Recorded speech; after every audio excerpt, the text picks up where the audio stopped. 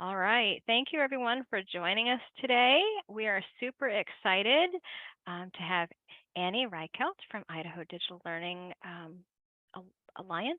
Did I get it right? Idaho Digital Learning Alliance to talk to us today. And Annie, you can take it away. Great. Well, thank you. So I do work for the Idaho Digital Learning Alliance. I'm one of their content development specialists, and I've been in one of my projects with IDLA has been working with QM and with the goal of getting all of our classes QM certified over the next, I would maybe 5 years would be a goal of mine, but we're kind of in the process of that. So about 3.5 years ago, as far back as IDLA goes with our QM journey. But I would say in the last year or so, I'm finally starting to feel like I'm gaining some momentum. So I was asked by my organization to put together a QM kind of update on the process and kind of discuss the process that I've been taking to help get our classes certified. And what I realized was when I was trying to come up with, what should I talk about and how should I give a more detailed update, I really realized that my organization has a varying level of knowledge about what QM is and kind of what it takes and what hoops we kind of jump through in order to get a course certified. So this is sort of the presentation that I gave our organization, and my hope was maybe today with this, you might be able to take it back to your organizations and maybe explain the QM process to people that are brand new to it in maybe a more accessible way than has been done in the past. So I have kids at home, and I feel like sometimes I like to make little analogies and comparisons. And sometimes when I think about getting a course QM certified, I think it's a little bit like playing Candyland with my toddler. So what I mean by that is really there's a lot of little moving parts, and sometimes it's great because it goes really fast, and sometimes you feel like it's a slow ongoing process. So we'll go ahead and kind of get going with our next slide here. All right, so the major players, I know from IDLA, we really like to work with the VLLA members. We love to have a team that has some VLLA partners just because we're familiar with them. And that's kind of when I see there's VLLA members, I get really excited on a review because I'm like, oh yeah, they know exactly how we like to run things and vice versa. So the major players, if you haven't started getting things QM certified, we have our QM coordinator. So I think that's who's in charge at your school or your organization. And then the course representative. I am the course representative for our organization. Right now, we're just beginning to grow my own little team. So I'll have a couple of extra helpers as course representatives, but that's really who's submitting that worksheet. The chair then, is that head honcho. That's what I call them, is the head honcho. They're kind of the ones in charge. Then, we have the reviewer and then the subject matter expert. I tend to lean very heavily on Kathy and Pam for support when I have questions. I just appreciate both of them so much, especially early on in the process. I didn't really know what I was doing. I had a lot of questions. I didn't understand sometimes what my mistakes are. And sadly, sometimes they have to really go through our course maps or whatever and really give me the nitty-gritty details of what isn't meeting an area. And so although they're, not necessarily the major players in our process, I definitely leaned on them for a lot of support. All right, let's see if I can get this to move. Okay, so as with most things here, I consider our QM review as kind of a game. So the first thing we got to do is select a course. I'm not necessarily in charge of selecting courses. If your organization is, just starting out, we tend to pick courses that are high enrollment, high needs, we want to make sure that we're looking at all those types of things. If it's a class that's offered every semester and it has, more than a couple hundred kids in it, we know it's a really high needs course, and our emphasis is to definitely get those classes certified first. I've developed sort of a health of a course type spreadsheet, and I would recommend, if you're just getting started, to do the same. Really, I wish I could, tell you there was more of a scientific way that I went to kind of start this process. But really, I mean, I sit with my QM rubric. You probably can't even see it. I sit with my rubric at my desk, and I really went through and I said, okay, what in our organization do we really do well? And what do we need to maybe work on? And I made sort of my own health assessment template that we kind of went off of. I knew at the very beginning that we didn't have a course map for all of our courses. So I knew that needed to be a checklist item. I knew I needed to have, what kinds of, if there's alignment, those kinds of things. And so the big ones that IDLA really focuses on, based on where our courses were at 3.5, 4 years ago, was really things like making sure that our classes are accessible, making sure we had citations and attributions in the right places, that we were, that our classes are bias-free, culturally diverse. We were looking, so we have a checklist that kind of goes through all of those. Then we do sort of we have a process where, when we finalize a course and get it ready for kids, we call it a course finalization. And when we do our course finalization, I compare that to our health of a course. I think of it as, it is like a on steroids review deep dive of a class to make sure all the links are working, everything is in order, we've completed everything that's there as far as our tracker. After that, we set up a demo course. We fill out that QM application. That's my favorite part, is when it's almost not our job anymore. Then we fill out our course worksheet and our team assignments occur.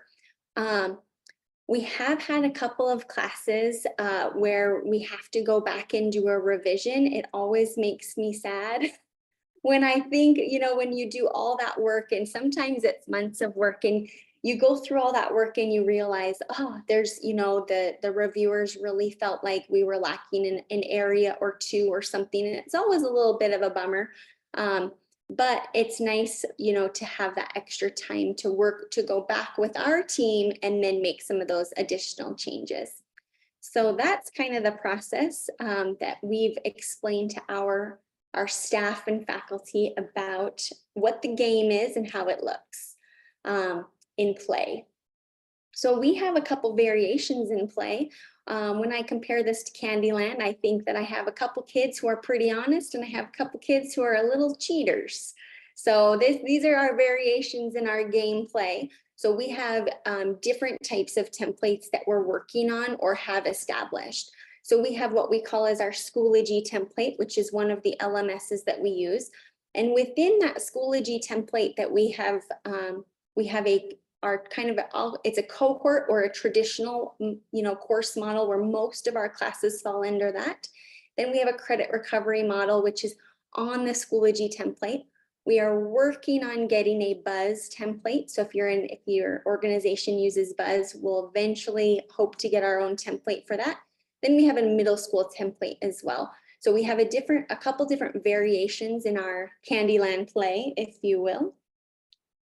Then we have different paces of play. I've started to make some goals because I'm the only person in our organization who's really been on the QM team, kind of a singleton in that aspect.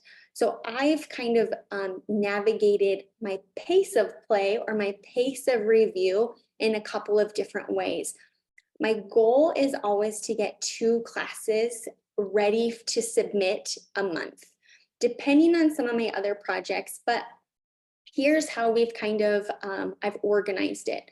I try to get an old class with a new class, because if I get a newer, more recently developed course, I know it's going to meet all of the current standards of education. You know, the way that we build a class now has really been informed by the QM rubric. And so those classes I know don't need a fine-tooth comb for me to go through them. So I can kind of go fast and feel a little success. You know, when you're playing Candyland, you get kind of the skip to this one, or you get the double plays where you get to move 2 places. So we always try to do a new class, and then I do an old class. And typically the old classes just take a little bit longer. You know, if it's 5 or more years old, typically it's missing and lacking a lot of the, you know, the most up-to-date kind of rubric items that QM is looking for, which is not a bad thing. It just means that it takes a lot more time and effort to make sure we get those certified. So that would be my recommendation if you're just getting started, is to really kind of start with one class. As you feel like you want to speed that up, look at a new one and an old one so you can kind of feel a little success as you're plugging away with another course. So of course, inevitably, we have encountered a lot of sticky spots. So if you're playing, I play a lot of Candyland with my toddler, and we play where, you know, you can get stuck in the mud, stuck with Gloopy in the molasses swamp. So our sticky points lately for IDLA really have been making sure we have a lot of course map errors.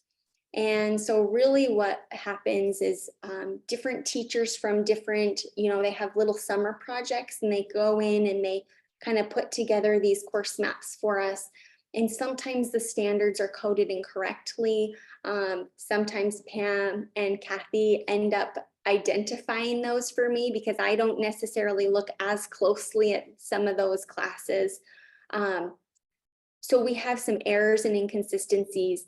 Some classes, if they're really old, we didn't, you know, do correct attributions. If it was a Wikipedia type image, we didn't even cite it. Whereas now we're going back and we're finding that original image and then we're adding that citation, but it takes a lot of time.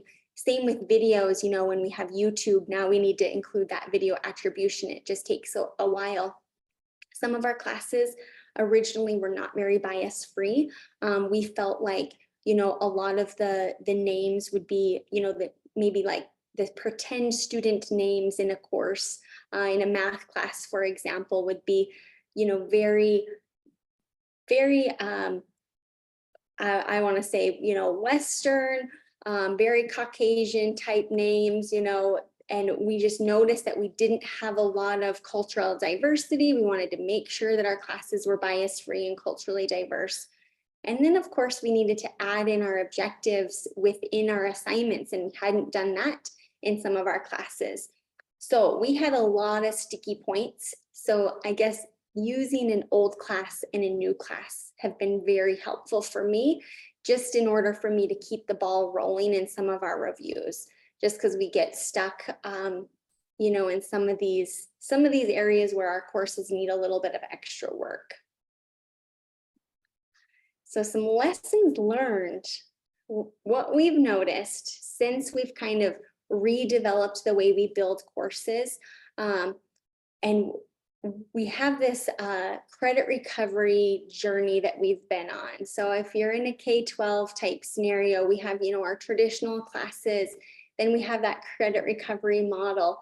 And we've noticed that our credit recovery model, it meets a lot of the requirements to meet our QM standards and our QM rubric, but the schools are local schools because we're a state online school, but a lot of our local schools, they don't want kids to, you know, they want to get kids through these classes and graduated by May as fast as possible. So we have kind of found that we have hit kind of a, I don't want to say a rock and a hard place, but sometimes, you know, we have these requirements that we know matter a lot for our classes. QM has identified them as being really important, but then we get a little bit of pushback and a little bit of feedback from our local schools saying, hey, we just need kids to move through classes really fast.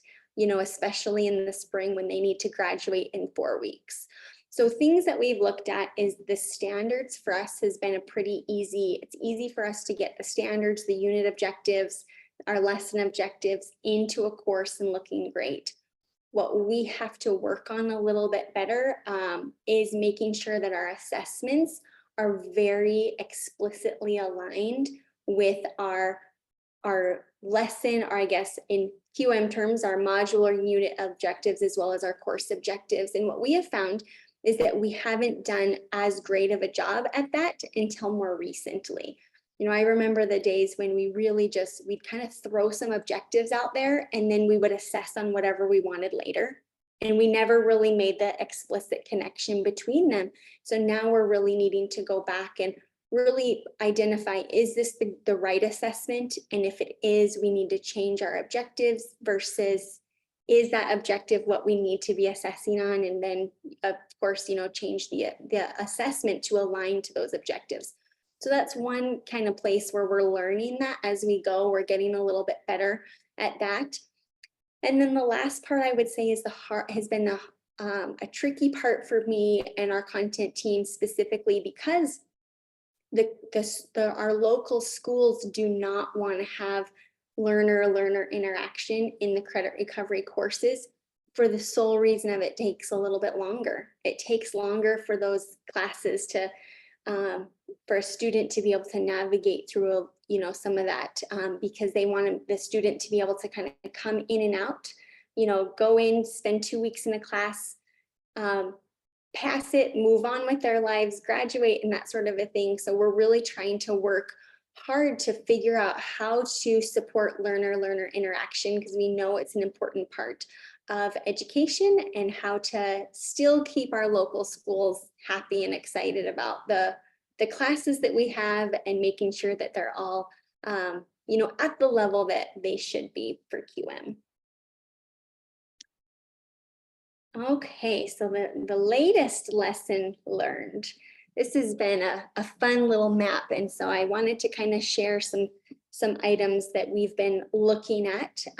IDLA is not, definitely I wouldn't say I'm a pro at any of this, but what we're looking for are some new ways that we know now that we're needing to have accuracy and consistency across our course maps. We want them to be organized, aligned. We want to have all of our unit standards correlation. We want all of our assessments to be located in our maps in a very easy, structured way. So what you're seeing right now is the kind of current look of our course maps. We have our Idaho standards, we have our lessons, we call them unit objectives instead of course objectives, with our lesson objectives below in our assessments. But what we're noticing is that we are missing some things. We're missing some things that are now we're really trying to focus on. So a couple of them are things like having our teaching strategies. We have teaching strategies, and they're located I think very explicitly within our courses, but we're not necessarily explicitly discussing those in our course maps at this time. So we're needing to kind of have some more conversations within our organization, and potentially revising kind of how we approach this. Let's see, a couple of other things we've learned over the course of this is this first one has been very, very important for me, that pass or failure has not been a reflection of our development teams. Sometimes there's just things that we oversee, and the whole purpose is to have that review team really giving us a good approach and a good view of what we don't see. So that's been good to see.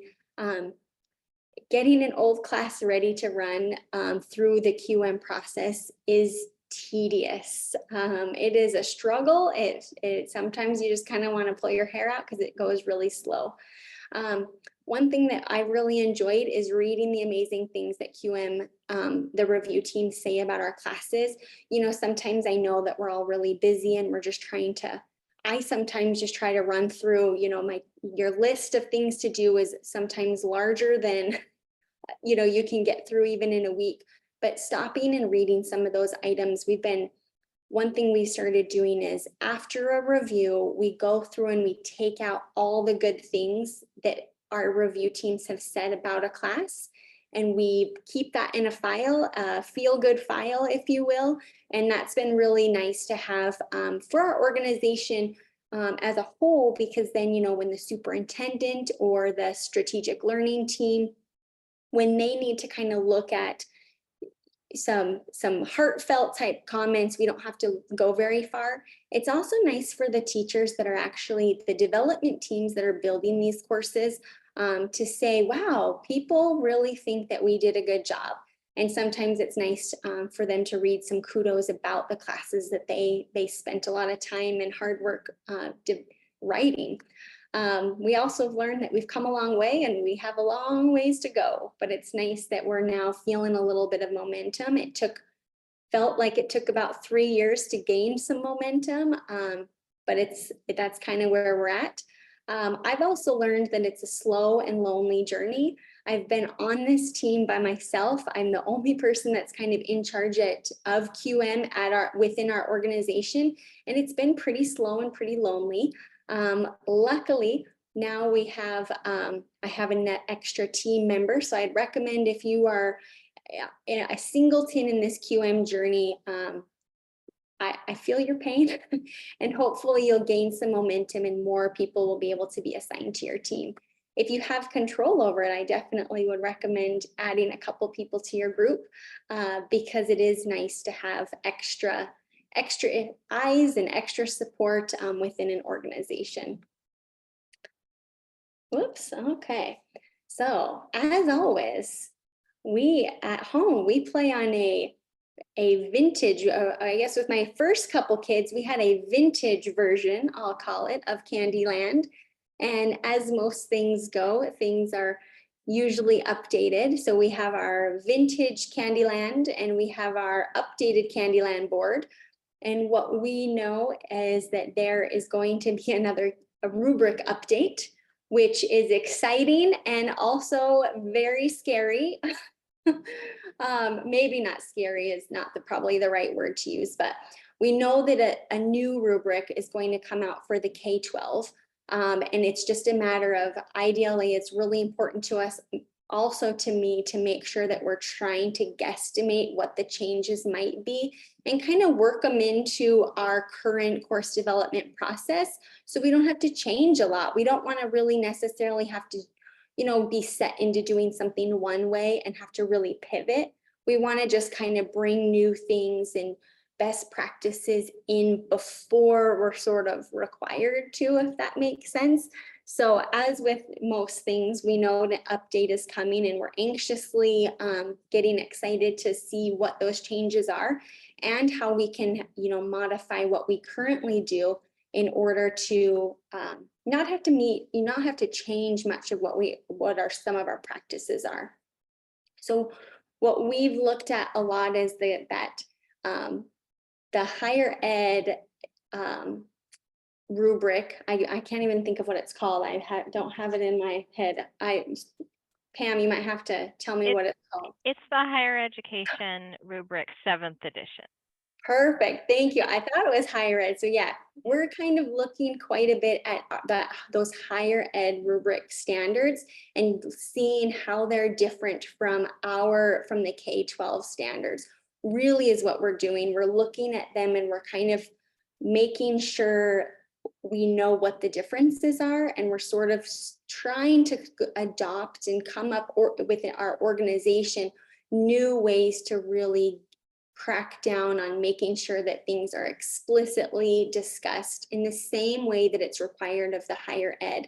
So we have not gotten, I would say, we haven't developed a perfect model yet, but we are working on it. So this is where we're currently at with our organization.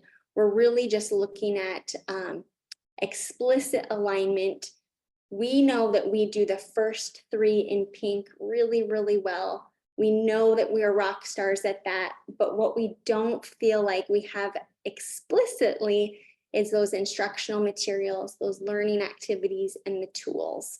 So we really don't have a place for these yet, but we feel like that is going to be coming down the pipe and we need to be ready and prepared. So our team really has leaned on Pam and Kathy to help give us some suggestions of what that looks like at the higher ed. We've looked at examples and that sort of thing. And I wouldn't say we have picked it all out, but we do have a couple of ideas that we've kind of been milling through. So little things like putting in, our instructional, I'm realizing I'm on 2 screens and you're only seeing one. So I gotta make sure I keep up on both sides.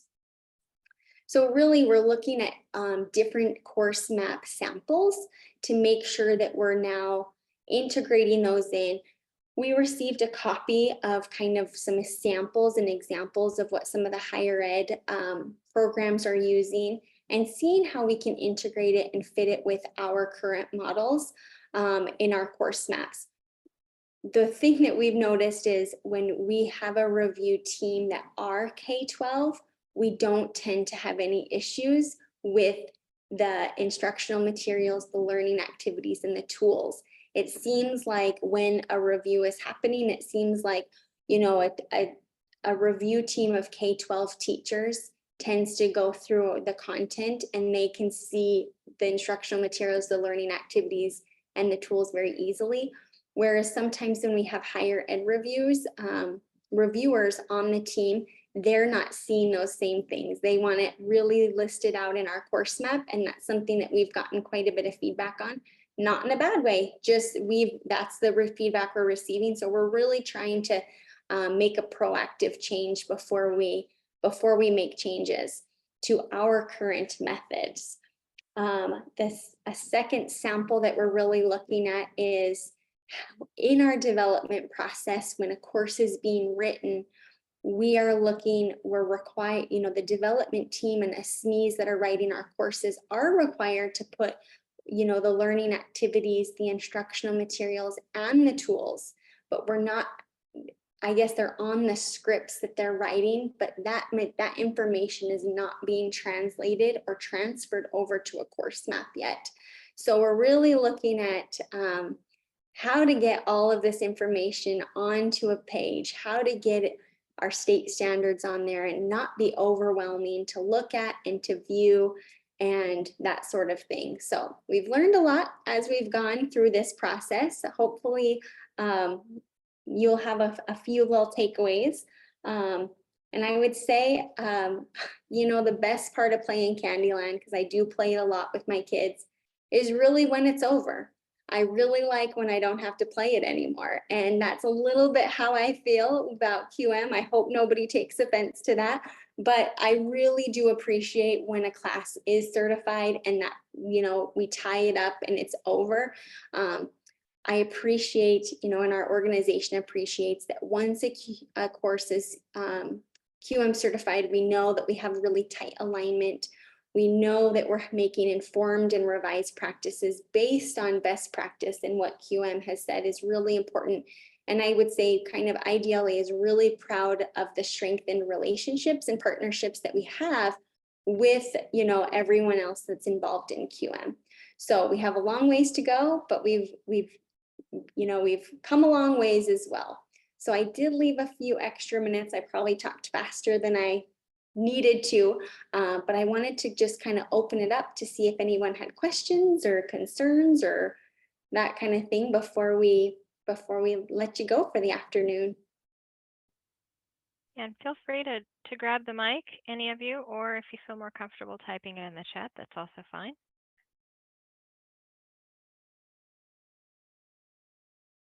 I'll kind of wait a few minutes. Okay. We got a great comment. That was really great. Thank you. You bet. I'm glad you came. It's hard to stick through on a Friday afternoon. So, well, I mean, while we're having some think time, I'm going to keep an eye on the chat. But since I am the person who, me and Kathy, we work with you directly, what I've appreciated about IDLA's approach is that you have been so intentional about it, about taking small bites at a time and increasing your capacity and taking all those lessons learned back to your other courses and really spending the time to prep your courses with those lessons learned from your other reviews.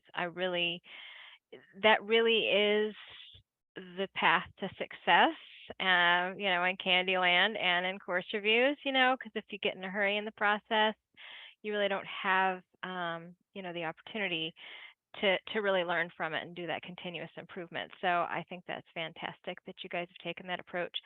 I am curious, how do you you alluded a few times to once you do the reviews and you take it back to your team, who is that team that then works on the courses? Because obviously you're managing it as a course rep in isolation, but actually going back and taking your feedback to your team, I hope that's not happening in isolation too. It didn't sound like it. Yes, it's not. So basically, if we get into a situation where I need help along the way, so usually, I mean, it's funny, we have a couple classes right now that I've gone through, we call it the health of the course. And that's just, I like to call it the health of a course rather than a course checklist or a review. I just think it sounds less, more inviting, if you will. But really, I go through and I kind of do an initial feedback of courses. And I take notes on a spreadsheet, and I do that I probably overshare my concerns and issues that I see with the course. Typically, I know that there's an issue right away with an area, and I will go to our lead teachers. So we have lead teachers of all of our core subject areas. So we have like a science lead, a math lead, an ELA lead, a world language lead, that sort of thing. And I will go to the lead teacher initially and say, hey, we're doing a review on this course. This is what it looked, here are my concerns. Would you mind reading through this? Give me some feedback on whether you think it's okay or not. I won't go through with a review. Sometimes I don't feel good about something, but if the lead teacher feels like it's okay, then I do go through with submitting a worksheet. It does bite me sometimes, I will tell you that. And it has on a current class I'm working on where I didn't think that it was maybe ready, but a teacher, the lead said, no, I think we're good. So I trust that because they do have a different expertise in those areas. So that's, I guess, on the front end of the review. After the worksheet and after the review, if we have to go under revision, I initially, set up a meeting with the lead teacher that would be involved and kind of over that class. We put together whether it's something that I can do to update the course or whether we need content knowledge in order to kind of, put those changes in. And so I would say it kind of depends. It's always me on the team, and I try my best to pull in our leads, unless it's a science course, because I am the science lead. Then I tend to make those changes in isolation. So another question I have for you, and something we really encourage people to come to do, at least for part of their team, when they come on board and start this review process, is to gain that familiarity with the rubric. And I know that you have gone through our reviewer pathway, even though you have been so busy managing your course reviews, you haven't really gotten to be a reviewer on a course much. But how is learning about that deeper dive into the rubric and how reviewers are taught to review the course, how has that helped on your end? That's a great question. I sometimes tell my team, we're on a content team together, and I sometimes, tell my team I'm the worst critic on the team now. And I kind of feel bad when I do a course finalization or something, because I am very good at finding a lot of mistakes. It's like they just pop out and they're glaring to me now.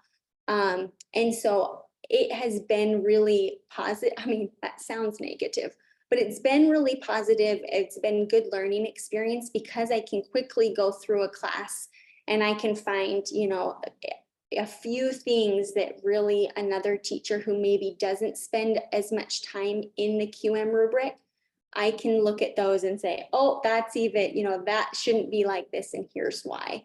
And I can quickly kind of show that. So I do feel like it's given me a different perspective in how I view all online classes, but especially I feel like when we're looking at our own classes, I tend to be kind of a harsh critic. I have a different set of eyes and a different lens, I guess, that you would kind of look at a course, because our courses, I think even before review, I think our courses are awesome, but there's some that they just, as they stand, they really won't pass QM. If I feel like if they're not going to pass it for me, they're not going to pass it for QM. So it's been a good way to learn and get that lens. And I haven't been a reviewer for those reasons that you've stated. It's really time consuming. And while I do enjoy the QM process, I don't love that when it becomes more than 50% of my responsibilities. I need a little break. You need kind of a mental break from it. Yes, yes. And if it makes you feel better, we do, collect the data on reviews, and something like 50% of our reviews do go into amendment, and so it's actually pretty typical, just because when you have like 42, 43 standards that you're trying to meet, and a review team of 3 people who are looking at things, with different lenses, and different people, developing your courses, it's very difficult to get that perfect consistency, right? And Right. so, like, if you need to meet on amendments versus meet on the final report, we at QM don't really consider that there's any difference there, because you are engaging in that continuous improvement process. I know that the people submitting them for us, they're like handing their baby over to us, and it feels different to you, but ultimately, really it's the same result in the end, so certified is certified, and you guys do the work to make it happen. So just to let you know, we really do try to create the expectation that yes, you will quite frequently go into amendments, and that's fine. So Right. we had a comment from Margarita in the chat, thanking you for all the great information. And it's been really helpful to work toward creating better objectives and objective and assessment alignment in their ELA course. I don't know, Margarita, if you wanted to add anything to that or ask any additional questions.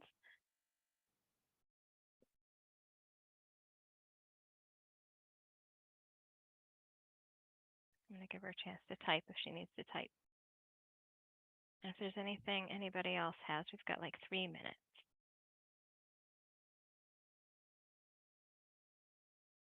Yeah, it is interesting as we've gone, as we've done several years now of reviews. I will say that it used to hurt my heart when we didn't get, approved the first time. And now it's like, oh, it's fine. We'll do the work that I missed, and it'll be fine. So it is, once you get a few under your belt, you do take it less personally, that's for sure. That's right. I think the first one's always the hardest, because you're like, oh my gosh, what are they going to think? Exactly. Yeah, that is very true. That is very true. But yeah, you guys have a good process going, and I know you mentioned, revising your alignment documents, and I mean, I don't know where the team is going to go.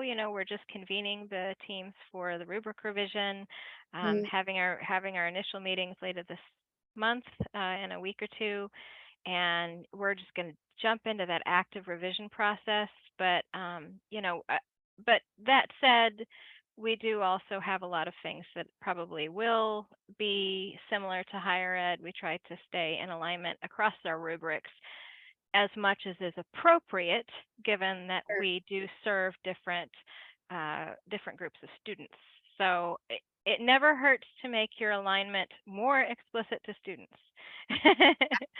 Yeah, Right? it's definitely, there's so much more, it seems like, that a high school has to include on those alignment maps with those standards. And I mean, Margarita, you're ELA, and the ELA standards, I think they go on forever. There's a million of them, and it's hard.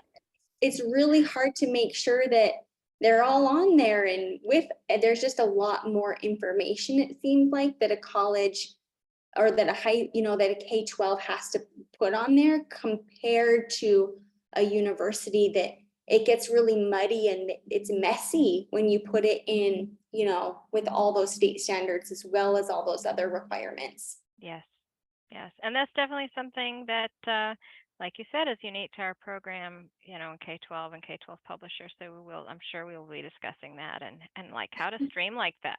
Like, how do you streamline that and still communicate it to the students, right? Right. So that's definitely some good feedback. All right, folks. Well, it is 4 o'clock Eastern time, and so that is the end of our day. As was mentioned in the opening session, we don't actually have like a wrap-up session. So we're just thrilled to death that you all came and spent the afternoon with us. And those of you watching the recordings, we're so glad that you're taking advantage of all of these great resources for the next 90 days. Please please take a moment to add feedback to the feedback survey at the end. But Annie, thank you so much. It was great. I really loved your presentation. So I'm going Thanks to for stop the having us. recording.